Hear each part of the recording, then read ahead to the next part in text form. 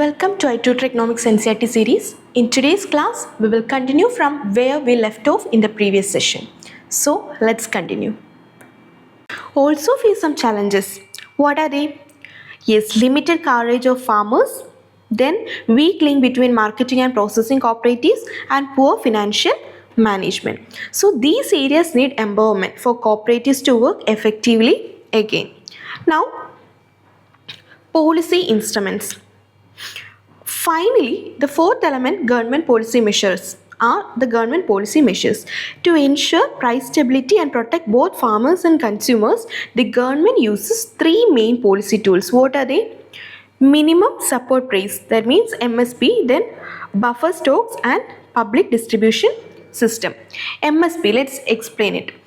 The government declares MSP for 24 agriculture products. It acts as a safety net. So even if market prices falls, farmers get a guaranteed minimum price. And what about buffer stock maintenance?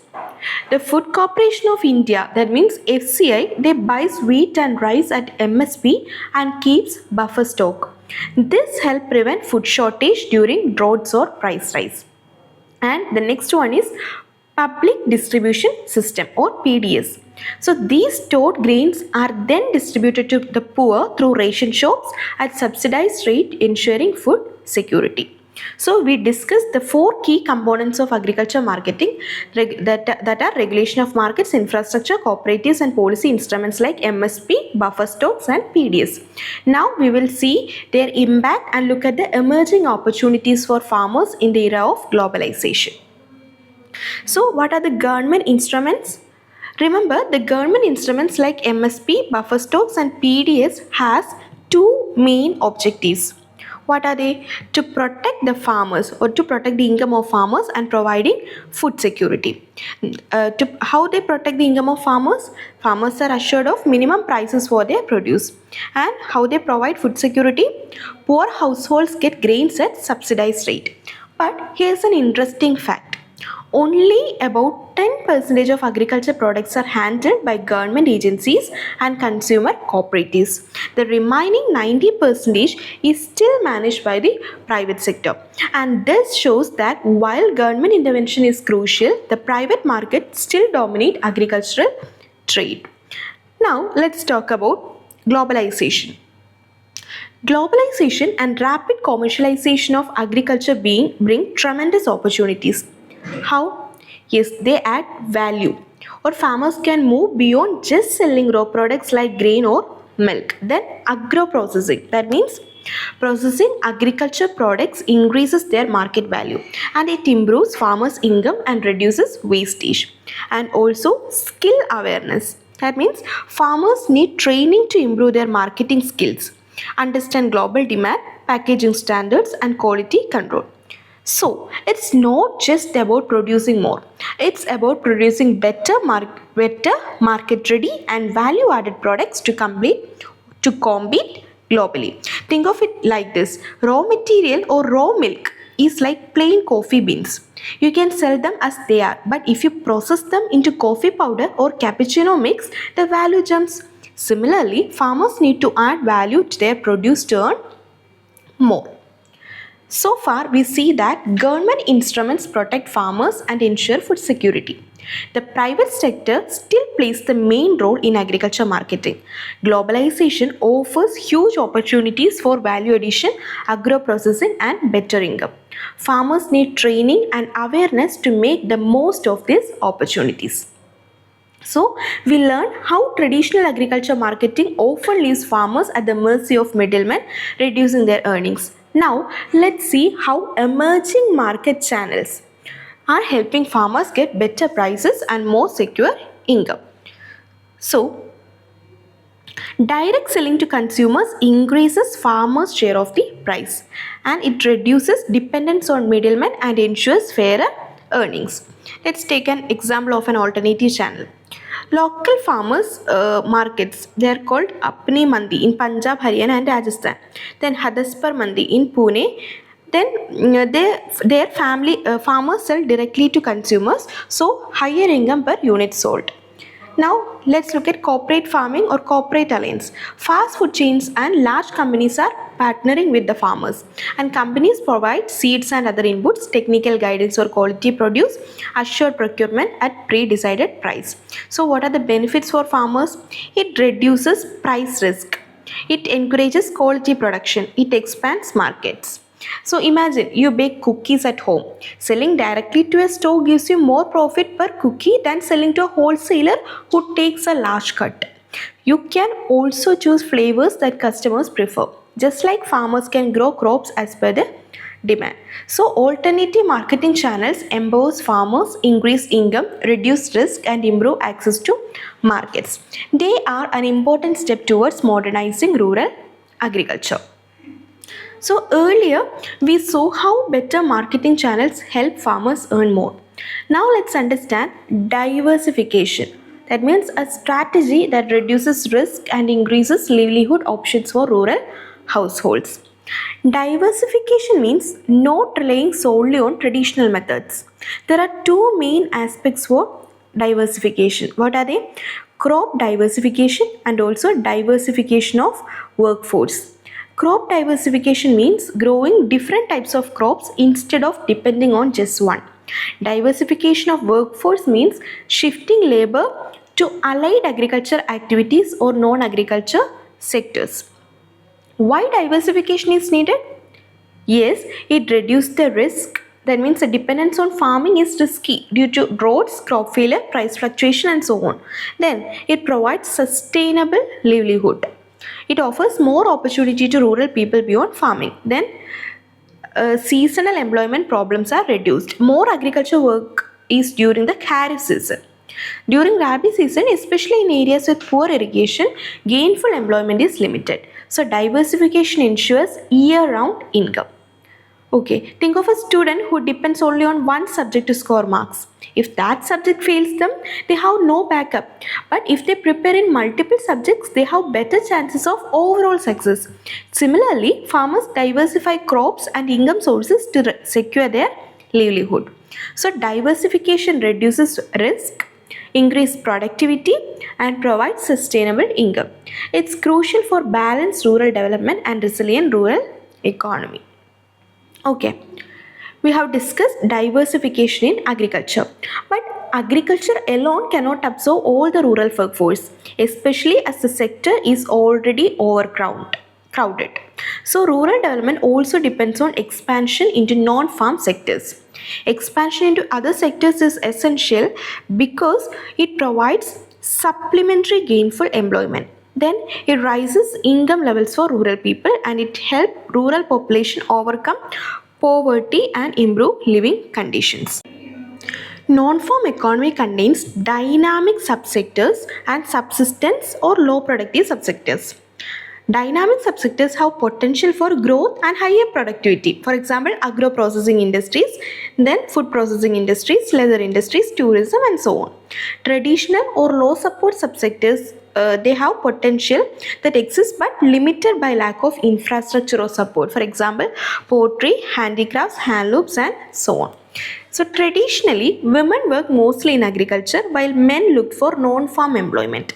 Now, women are gradually entering non-farm jobs, contributing to family income and rural economy.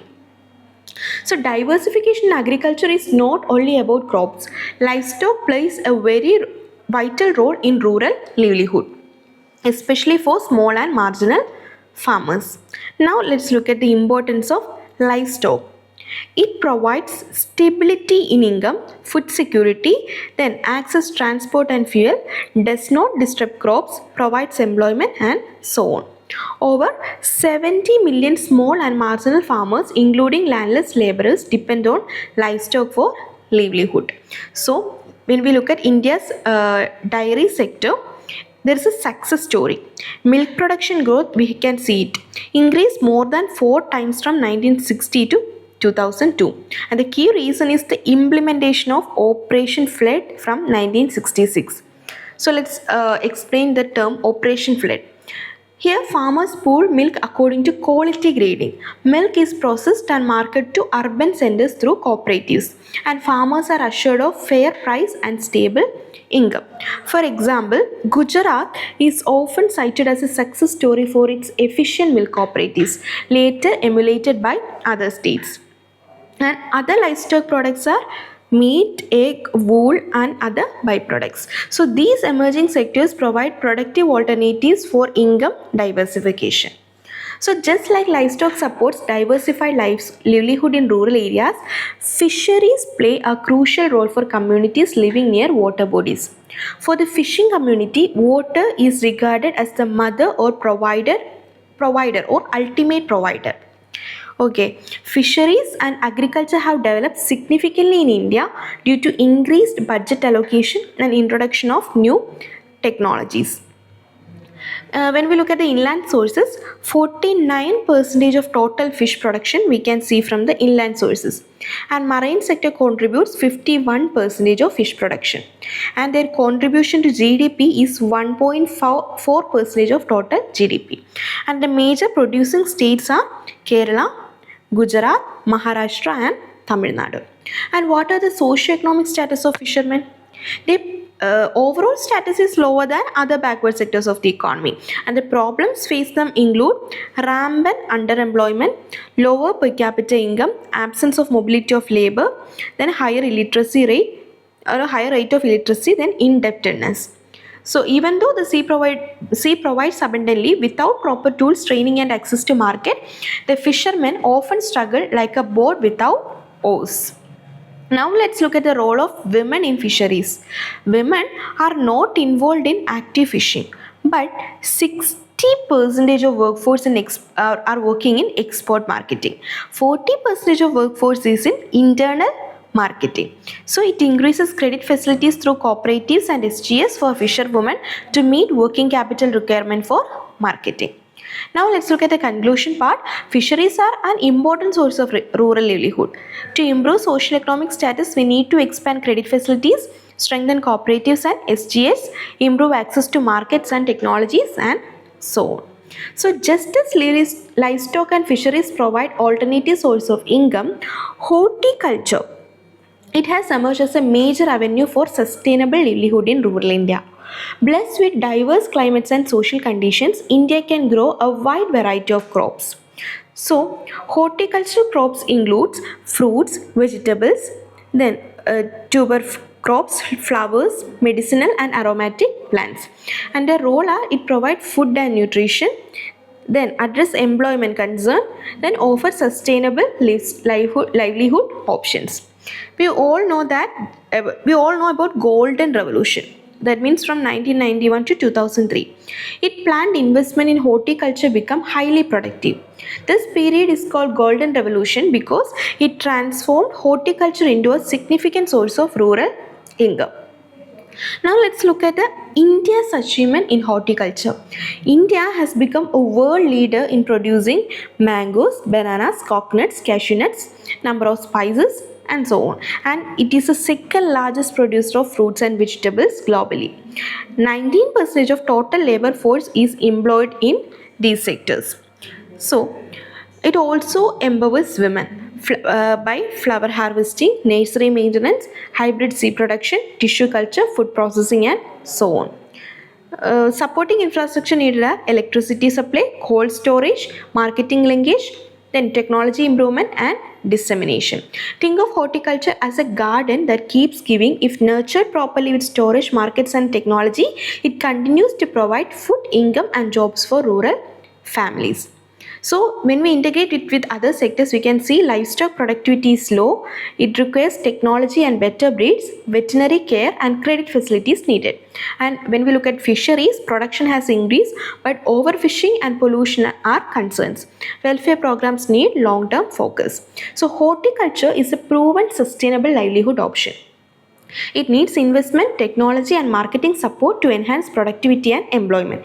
Alongside livestock and fisheries, it forms a diversified rural economy that reduces dependence solely on agriculture.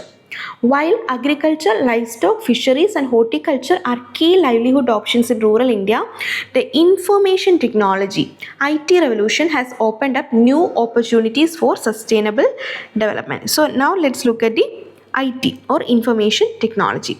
IT is not just a technological tool. It has broad applications in achieving food security and rural development. So it can support planning, monitoring and decision making for agricultural and rural initiatives. What are the applications of IT in rural development? Yes, predicting food security, then supporting agriculture, then creating knowledge economy, then employment generation and so on. Let's look at it one by one. Predicting food security, predicting food insecurity. That means government can use software tools to identify vulnerable regions prone to food shortages. Preventive actions can be taken before emergency rises. And the next one is supporting agriculture. That means provides farmers with real-time information on emerging technologies and their applications, crop prices and market trends, weather forecast and soil condition and so on. And it also helps farmers make informed decisions for higher productivity and better income. It also creates knowledge economy. IT enables a knowledge-driven economy far more powerful than the Industrial Revolution. It helps unlock creative potential and knowledge embedded in rural communities. What about employment generation? IT-based services like rural BPOs, e-commerce for farm produce, digital marketing and online education create employment opportunities in villages. Experiments in IT-enabled rural projects are ongoing in different states. So the important insight is IT alone is not a catalyst. It is a tool to realize potential. When combined with education, skill development and infrastructure, it can transform rural livelihood. So IT offers alternative livelihood options and enhances efficiency in traditional sectors. It supports sustainable development, knowledge and dissemination and rural employment. Policymakers and communities must integrate IT with other rural development strategies to maximize benefit. Now, while diversification of rural livelihood is essential, it is equally important that these activities are environmentally sustainable. In recent years, concerns about the harmful effect of chemical-based agriculture have been rising globally. So, the key issues with conventional agriculture are, what are they? Yes, heavy reliance on chemical fertilizers and toxic pesticides. Then, health hazards, environmental impact, pollutes water sources, depletes soil fertility, harms natural ecosystems, and so on. So clearly, conventional agriculture, while increases yields, poses long-term risk to both people and the environment. So sustainable development aims to meet present needs without compromising future generation. So adoption of eco-friendly technologies is crucial for sustainable rural development. Now let's look about organic farming. Organic farming is a whole system of agriculture that restores, maintains and enhances ecological balance. It avoids chemical fertilizers and toxic pesticides. It promotes natural soil fertility and ecosystem health. It ensures food safety for human and livestock. So the market for organically grown food is increasing as consumers prefer safe, chemical-free food. So what are the importance of rural development? It supports environmentally sustainable livelihood. It enhances food safety and quality. It can generate premium income for farmers due to higher market value of organic products. It reduces dependency on expensive chemical inputs, benefiting small and marginal farmers. So integrating organic farming into rural development strategies is essential for sustainability, health and economic resilience of farming communities. It represents a step towards a greener and safer rural economy. So organic farming is not just an eco-friendly method. It also offers several economic, health and employment benefits for farmers and the rural economy. What are the key benefits? Yes, there are cost-effective inputs, then income from exports, then nutritional value and health, then employment generation and also environmentally sustainable. And what are the challenges and concerns? Yes, it requires awareness and willingness. Farmers need training and motivation to adopt new organic farming. Then there is inadequate infrastructure and weak marketing channels make it difficult to sell organic produce. Then yields are generally lower in initial years, making large-scale adoption difficult for small and marginal farmers. Then appearance and shelf life. That means organic produce may have blemishes and a shorter shelf life compared to conventional crops. Then limited off-season crop production. That means fewer options for off-season crops which may restrict income diversity. So despite some challenges, organic farming is a strategic opportunity for India. It supports sustainable agriculture, provides healthy food, creates employment and can tap into domestic and international markets. With proper awareness, infrastructure and policy support, organic farming can play a major role in rural development. So, rural development remains one of the most crucial areas for India's overall growth. Despite progress in some areas, much of rural India continues to face challenges in agriculture, income and infrastructure. So, the key points to emphasize are need for diversification. That means rural areas should not rely solely on traditional farming. Diversification into dairying, poultry, fisheries, horticulture, etc. can provide higher and more stable incomes. That means linking rural production with urban and export markets ensures better returns on investment. Then infrastructure and policy support. That means development of credit system and marketing facilities is essential. Farmer-friendly agriculture policies are necessary to support rural livelihood. Continuous dialogue between farmers and state agriculture departments helps in identifying and solving local issues effectively. Then what's the next thing? Yes, integration with environmental sustainability. That means rural development and environmental protection must go hand in hand. There is a need to invent or adopt eco-friendly technologies sustainable for different local conditions to promote sustainable development. And the fourth one is learning from best practices. Communities should learn from successful rural development experiments from across India. Implementing these best practice models can accelerate development through learning by doing. So, to realize the full potential of rural India, we need diversified, sustainable and well-supported rural economies. By combining infrastructure, innovative practices, environmental sustainability and active participation of local communities, rural development can truly become the backbone of India's overall progress. So, that's all about this chapter. Hope you understand. Thanks for watching. For more related contents, do like, share and subscribe.